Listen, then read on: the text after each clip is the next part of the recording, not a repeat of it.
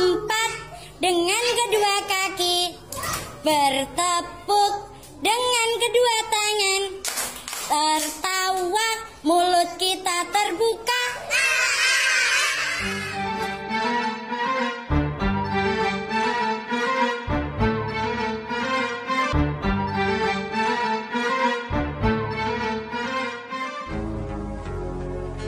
Setiap anak yang lahir memiliki hak untuk dilindungi secara hukum dengan status hukum yang jelas. Karena dengan kejelasan status hukumnya, seorang anak dapat meraih hak-hak lainnya sebagai warga negara yang sama di depan hukum. Adapun untuk pembahasan anak di luar nikah, perihal status perwalian, nasab, nafkah, dan hak waris anak tersebut, para ulama berbeda pendapat.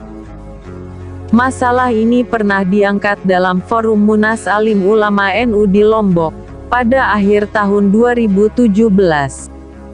Peserta Munas Alim Ulama NU di Lombok mendefinisikan kalau yang dimaksudkan dengan anak di luar nikah adalah anak yang dilahirkan oleh seorang perempuan di luar ikatan perkawinan yang sah menurut hukum dan agama. Pengertian anak di luar nikah bukan anak dari perempuan yang hamil sebelum menikah sah.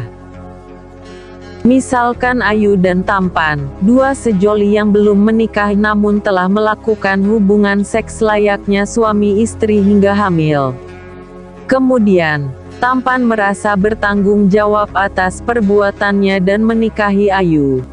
Selanjutnya, Tampan dan Ayu menikah sah menurut agama dan negara dalam keadaan Ayu hamil dulu sebelum akad nikah.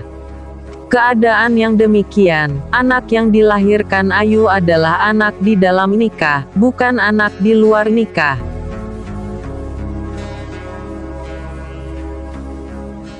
Adapun redaksi yang tertulis dalam kitab Al-Fiqhul Islami, Wa Adilatuhu Juz 8 halaman 430, Syekh Wahbah Zuhaili menjelaskan, bahwa anak zina adalah anak yang lahir dari seorang ibu, melalui jalan yang tidak ditetapkan oleh syariat.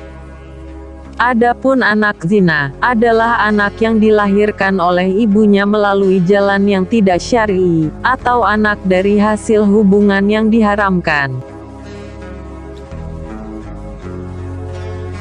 Selanjutnya, hasil dari kajian Munas Alim Ulama NU di Lombok, perihal kejelasan hukum perwalian, nasab, dan nafkah anak di luar nikah adalah: pertama, jika perempuan yang hamil itu dinikahi secara syar'i, maka berlaku hukum nasab, wali, waris, dan nafkah.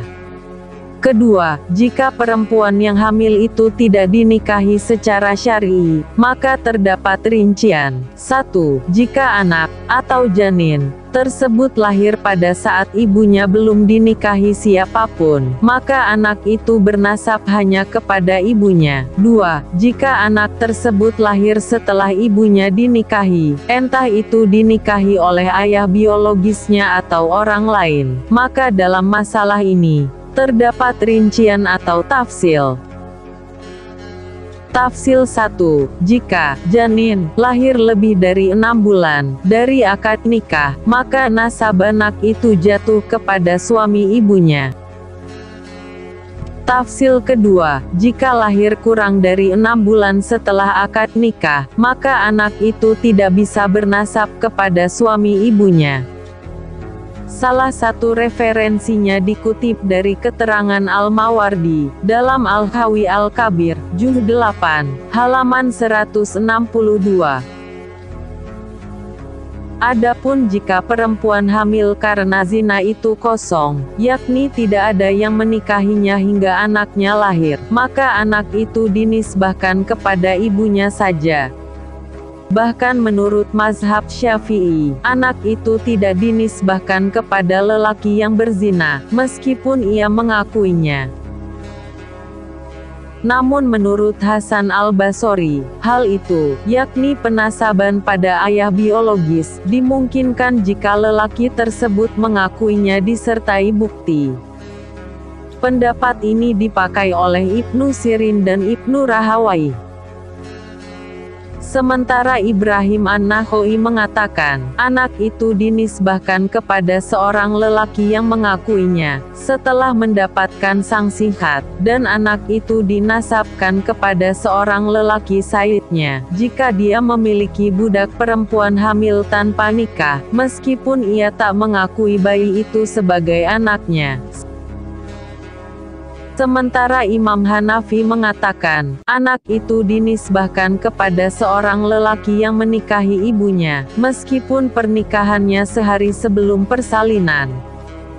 Tapi jika lelaki itu tidak menikahi ibunya, maka anak itu tidak bisa dinasabkan kepadanya.